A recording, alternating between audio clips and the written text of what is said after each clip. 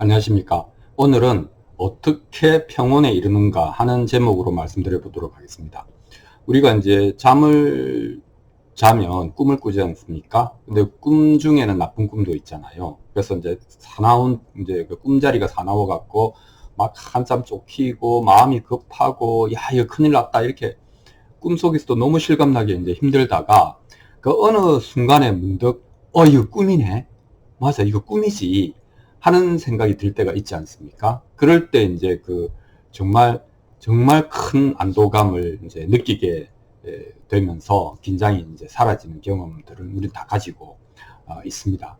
그래서 이제 이 마음이 부대낀 마음이 큰 만큼이나 안도감도 이제 크게 드는 이런 이제 뭐그 경험들을 하고 있죠.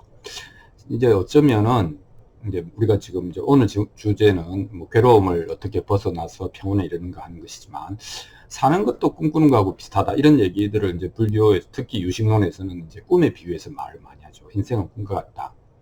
근데 이제 삶은 꿈이다라고 했을 때에 이제 젊은이들에게 이 말은 이루어야 할 꿈을 이루어야 된다 이런 거지만 이제 안 젊은이들 혹은 진리를 추구하거나 마음의 평화를 추구하는 사람들에게는 삶을 꿈처럼 대하라, 그 다음에 꿈에서 깨어나라 이런 것이죠. 그러니까 간밤에 무슨 꿈을 꾸었든 간에 그것은 꿈이듯이 깨고 나면 어제 무슨 일이 있었든 무슨 그런 엄혹한 일이 있었든 하루가 지나고 나면은 그것은 과거의 기억 속으로 사라지는 꿈과 같다. 이렇게 이제 생각하면 그 증폭기, 그 감정의 증폭기를 통해서 사람이 이제 괴로움을 더 크게 만들어내는 이런 이제 재생산은 확대 재생산은 안 하게 된다. 뭐 이런 얘기를 할 수 있겠습니다. 또 이제 비슷하게 보면 뭐 꿈만 그런 게 아니고 안경도 마찬가지 아닙니까? 저도 안경을 끼지만 안경을 오래 끼고 있으면 마치 내가 안경을 꼈는지 안 꼈는지 모를 때가 있지 않습니까? 안경알이 아주 깨끗하다든가. 이제 그러면은 어느 순간에 뭐 일어나가지고 가면서 안경이 어디 있지? 안경을 어디 뒀지? 한참 안경을 찾다가 뭐가 탁 걸렸는데 맞다, 내가 지금 안경을 끼고 있지. 이렇게 이제 자각을 할 수가 있죠. 스마트폰도 마찬가지죠. 스마트폰을 들고 스마트폰을 찾아본 경험들이 있을 겁니다. 근데 이제 스마트폰을 찾을 때 그 심정은 이루 말할 수가 없죠. 가만히 있어봐. 스마트폰을 여러분이 지금 무슨 일이 일어나는 것이지? 하면서 온갖 이제 곤란한 일들의 리스트가 쫙 펼쳐집니다. 그와 비례해서 나는 평정심을 급속하게 잃어가고, 이걸 어떻게 처리해야 되지? 어떻게 수습해야 되지? 막 이런 걸로 마음이 막 어마어마하게 힘들어지죠. 이제 그러다가, 가만히 있어봐. 내가 그럼 어디 전화해서 물어봐야 되겠다라고 해서 전화를 하는데 그게 내가 핸드폰을 들고 있는 거잖아요. 뭐 이런 일들은 이제 가끔씩 웃지 못할 해프닝이 일어납니다. 그런데 이제 그런 자각이 들면 어떻게 되는가 하면 내가 착각했네? 라는 게 첫 번째. 두 번째는 이제 쓴웃음이 나오죠. 세 번째는 어떻게 됩니까? 그걸로 끝입니다. 그죠? 그러니까 우리가 이제 뭐 마음 공부를 한다든가 도를 닦는다든가 해서 궁극적 경지 혹은 깨달음이라고 하는 것에 대한 이미지가 각자가 이제 있을 수 있는데 불교에서는 대체로 이런 식으로 표현을 하죠. 착각에서 벗어나서 그러니까 원래 아무 일도 없는 거다. 그냥 다시 평상의 삶을 살아가는 거다. 이렇게 이야기를 하는 거죠. 꿈에서 깨어났을 때 안경을 잘 끼고 있다는 것을 알았을 때 내가 핸드폰을 손에서 놓은 적이 없다는 것을 알았을 때 우리가 거기에 대해서 이론적으로 심오한 얘기를 할 필요는 없잖아요. 그냥 그런 거잖아요. 그래서 이제 약간 쪽팔리는 거, 겸연쩍은 것이 있을지언정 이것을 가지고 엄청난 이론화를 할 수는 없고, 그래서 깨달음의 경지를 묘사할 수도 없다 하는 게 이제 불교적인 가르침이죠. 그래서 이제 그 상황이 종료되는 겁니다. 그러니까 내가 상상으로 키워온 여러 가지 괴로움의 리스트들이 그냥 그 순간에 사라지고 평온해지는 것. 이게 다 전부다. 이렇게 이야기를 할 수 있겠습니다. 그러니까 평온에 이르려면 깨달아야 되고, 깨달음이라고 하는 것은 결국은 착각에서 깨어나는 것, 꿈에서 깨어나는 것이다. 이렇게 이야기를 할 수 있고, 또 다르게 이야기하면 삶을 치열하게도 살아야 되지만 또 동전의 반대편에서는 꿈처럼 보는 그 시각도 키워봐야 한다. 이렇게 이야기를 할 수 있겠습니다. 그러니까 이제 이런 식으로 이제 그 깨달음을 이미지화하면 이제 이것은 이제 우리가 알 수 있는 게 있는데, 그게 뭐냐면 지식을 엄청나게 축적하거나 실천을 엄청나게 훈련을 해서 이룰 수 있는 경지거나 획득할 수 있는 물건은 아니다 라는 것은 우리가 알 수가 있죠.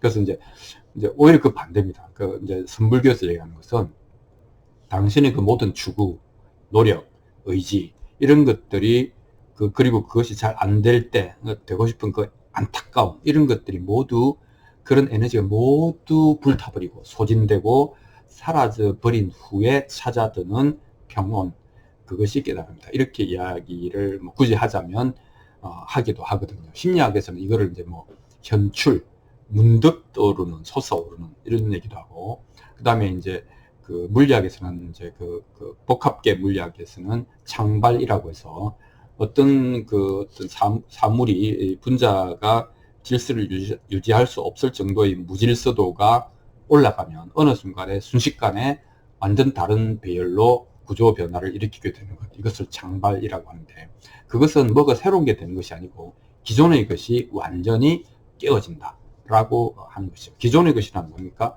우리는 자아라고 하는, 나라고 하는 것을 기반으로 해서 삶의 질서를 부여하려고 하는 엄청난 노력, 생을 다하는 데까지 멈추지 않을 노력이죠. 노력이면서 또 추구이면서 욕망이면서, 그리고 그것이 잘 안 되기 때문에 언제나 괴로움, 이 이제 네 가지가 박살이 나버리는 것이죠. 뭐가 새로운 게 생기는 게 아닙니다. 그래서 이게 왜 이렇게 되냐? 인간은 저도 벗어날 수 없는데, 중생은 산다고 하는 것에 대해서 예측하고 싶어하고 통제하고 싶어 하시죠. 그러니까 예측과 통제라고 하는 것이 번뇌의 근본이거든요. 그러니까 그런 예측하고 싶은 마음, 통제하고 싶은 마음이 아까 완전 소진돼 가지고, 즉 맛이 가버려 가지고 만세 항복을 해버리는 것이죠. 그러면 그때 찾아드는 게, 그것도 문득 알지 못하는 사이에 찾아드는 게 편안한 느낌이 드는 것이죠. 그 왜 포기하면 편하다 이런 말이 있는데, 그게 크게 다른지는 않을 것이다 이렇게 생각을 합니다. 그래서 다시 머리가 맑아지고 다시 차분해지고 다시 흥분이 이제 잠드는 그런 상태가 이제 되는 겁니다. 근데 사실은 예측과 통제하려는 의지, 추구, 노력, 그런 것이 문제였다라고 하는 것을 나중에 알게 되는 것이 이제 지견이 생기는 것이죠. 아, 그런 거였구나. 라고 이제 우리가 이야기를 할 수 있겠습니다.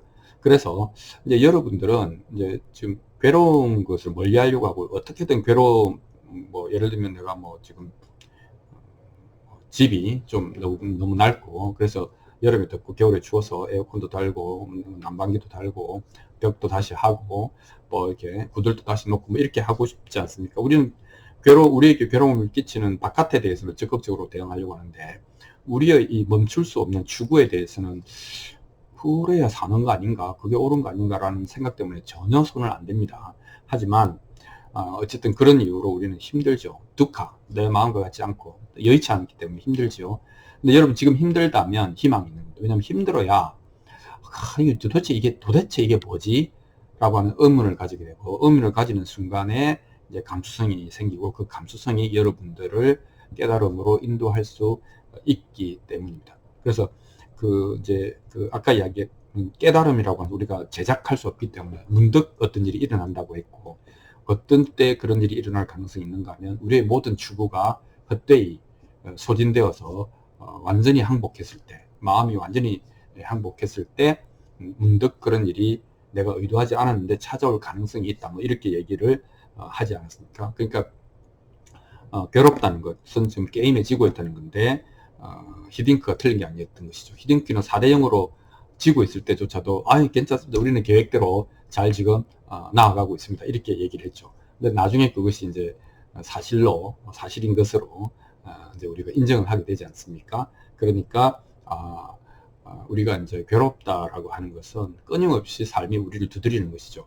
좀 잘 생각해봐, 좀 착각해서 깨어나봐, 꿈에서 깨어나, 이렇게 우리를 자꾸 건드리고 자극하고 어떻게 보면 격려하는, 격려가 좀 과격하긴 하지만 그런 것이라고 할 수 있죠. 하여튼 조그만 문제가 생겨도 우리는 팍 떨지 않습니까? 그 부분에 대해서 잘 보라고 계속 우리 문을 두드리고 있는 손입니다, 이렇게 말을 할 수도 있겠습니다. 그런 이유로 저는 마음 공부가 되었든, 도딱금이 되었든, 저는 깨달음이라고 하는 사건에 대해서는 조금은 낙관적인 겁니다. 왜냐하면, 뭘 훌륭한 걸 만드는 작업이 아니고, 꿈에서 깨는 일이기 때문에 몸부림치다 보면 깨어날 수 있다. 지금 깨어나지 못한다면 몸부림이 충분하지 않은 것일 뿐이다. 이렇게 얘기가 되는 것이죠. 그래서 꿈은 어떻습니까? 영원히 꿀 수는 없죠. 언젠가는 깨게 되어 있는 것이 꿈이다. 그런 확신 때문에 저는 그 깨달음, 그 다음에 평온에 이르는 것, 이런 부분에 대해서는 사실은 조금 낙관적인 입장을 가지고 있습니다. 자, 오늘은 어떻게 평온에 이르는가, 깨달음의 모습을 우리가 어떻게 이미지화 하느냐에 따라 좀 다르다, 이렇게 말씀을 드렸습니다. 감사합니다.